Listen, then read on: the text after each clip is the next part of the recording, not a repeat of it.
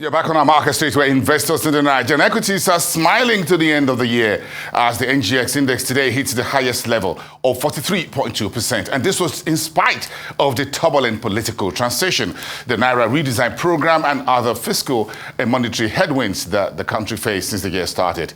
Popoola is the CEO of the Nigerian Exchange Limited, and I caught up with him at the end of today's session on the trading floor for a review of a positive equities investment year. This was our conversation. The Made of Africa Awards is a tradition that we have established at the exchange. It's been several years in the making, way before my time at the exchange. But it's an event that, pretty much looks back at the year that we have had and just to see what were the highlights of the year, what were the successful things of the year, but most importantly, a time to celebrate all of those pieces, those people, those institutions that make up the capital market that we have at the exchange.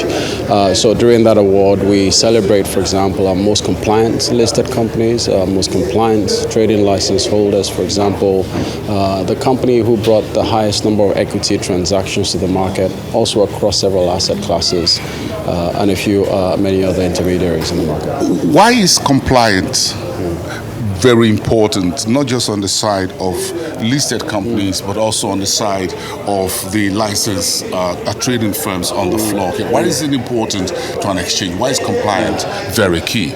Sure, absolutely. At the end of the day, the business that we do on the exchange boils down to one commodity: trust. When I say that I will buy something from you, I will trust that you can deliver what I want to buy from you. I will trust that the other person can deliver the money for what they have bought. I will trust that you can play by the rules of the game. And so in such a market, you would appreciate then that we need what you might call a policeman to keep everybody in check and to make sure that rules are in place. And compliance to rules, compliance to protocols, compliance to etiquettes, compliance to what I would call traditions in a capital market becomes extremely critical. I think it's probably the most important piece, of all the things that, connects all of the things that we do together. So it's a very big piece for us. Today we're looking at about almost nearly 42% return on the index so far this year. So if you put that in context for me, how did we arrive at this? What moves the market? What are the key drivers of this market despite the very tight operating environment? Thank you very much. Well, first and foremost, I usually try not to talk about market performance because, it's one of those where the market goes up, you're happy. If it goes down, then you have to own that as well. Two sides to a coin. Sure, so absolutely. You buy low, you sell high. Correct. So when the market is high, everybody's happy. But again, this is a market we've seen more local investors over the past few years arriving at this very robust performance for the year. Walk me through this a little bit on the secondary side of things. Sure, absolutely. Let me step back a little bit. In the last 4 years, every single year, including this year, our market have ended up very, very strong. 3 years ago, before this year, we had another very strong double-digit, over 50% performance in our market. And so if you go back and take all these returns and you adjust for the currency, you start to see something that looks like at least almost good enough hedge for the currency depreciation that we have seen. But this year in particular, our market is up just about 40%. I think that's remarkable. It's remarkable because when you look at the flow of capital to our market, it's been local capital. And as I say to people, if my pension fund administrator this year told me or tells me by the end of the year that he returned 40% on my pension fund investments with him, I would be a happy man in local currency terms. And so I think we're quite pleased with the performance this year. What has driven that? A lot of local capital. So we've seen strong demand for Nigerian assets. We've also seen strong issuances this year. And number three, I would say that many of the issuances also that happened before this year brought a breath of, sort of new trading ability and options to the capital markets. Overall, I think everything, of course, on top of that is a bit of luck as well. When you look at what has happened globally, has made our markets as resilient as they've been this year.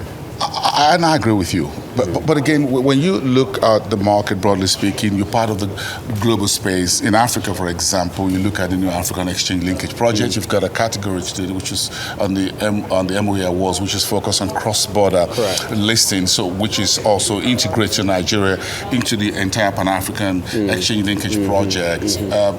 Do you see much more on the horizon for this? Absolutely. I think that the tailwind is behind such initiatives. When you look across the continent, AFCFTA, regional integration, integration across the continent is the order of the day.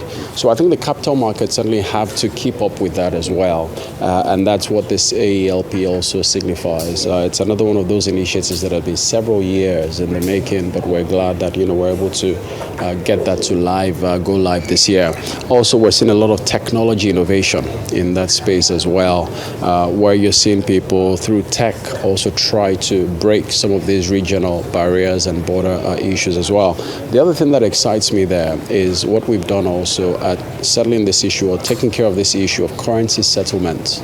There is no point if I buy using local naira securities on another exchange in Africa, but we can't settle those transactions because of the currency issues.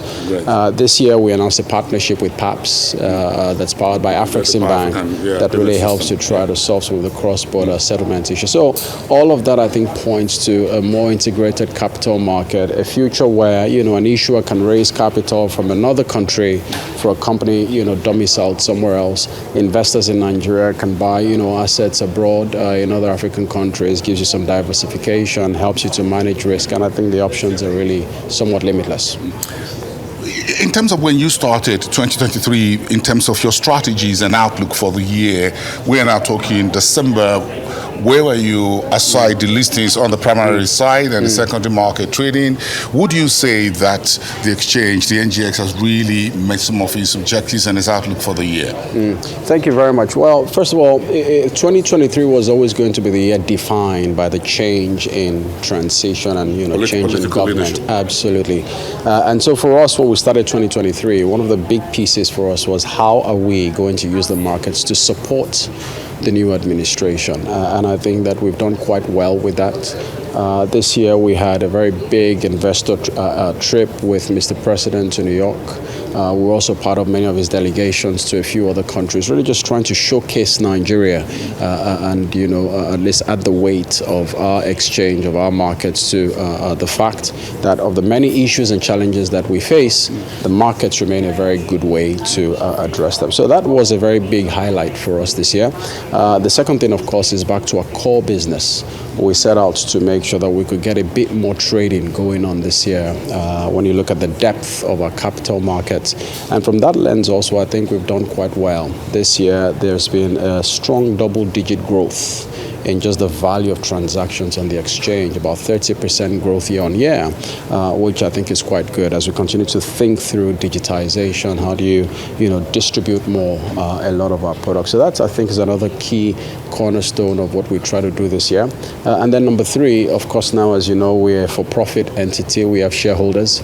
We also set out to make sure that we can run the business more profitably, watch costs, optimize the business, and just make sure that the bottom line, is quite strong. And I think for people who monitor the accounts at the holding company level, you would see that also came through. It's been a year defined by elections and a few other things at the macro level. So if you're looking at 2024 for me and you begin to say, look, this is where we want to see the NGX in 2024, what will be those key milestones that I should look at for, that investors should look at for, and issuers as well who want to use the market for either debt or equity listings? Thank you very much. I think if I was to sum up 2024 with one word, I would say execution. It's the year that we should be able to execute across what I see as the Nigeria project.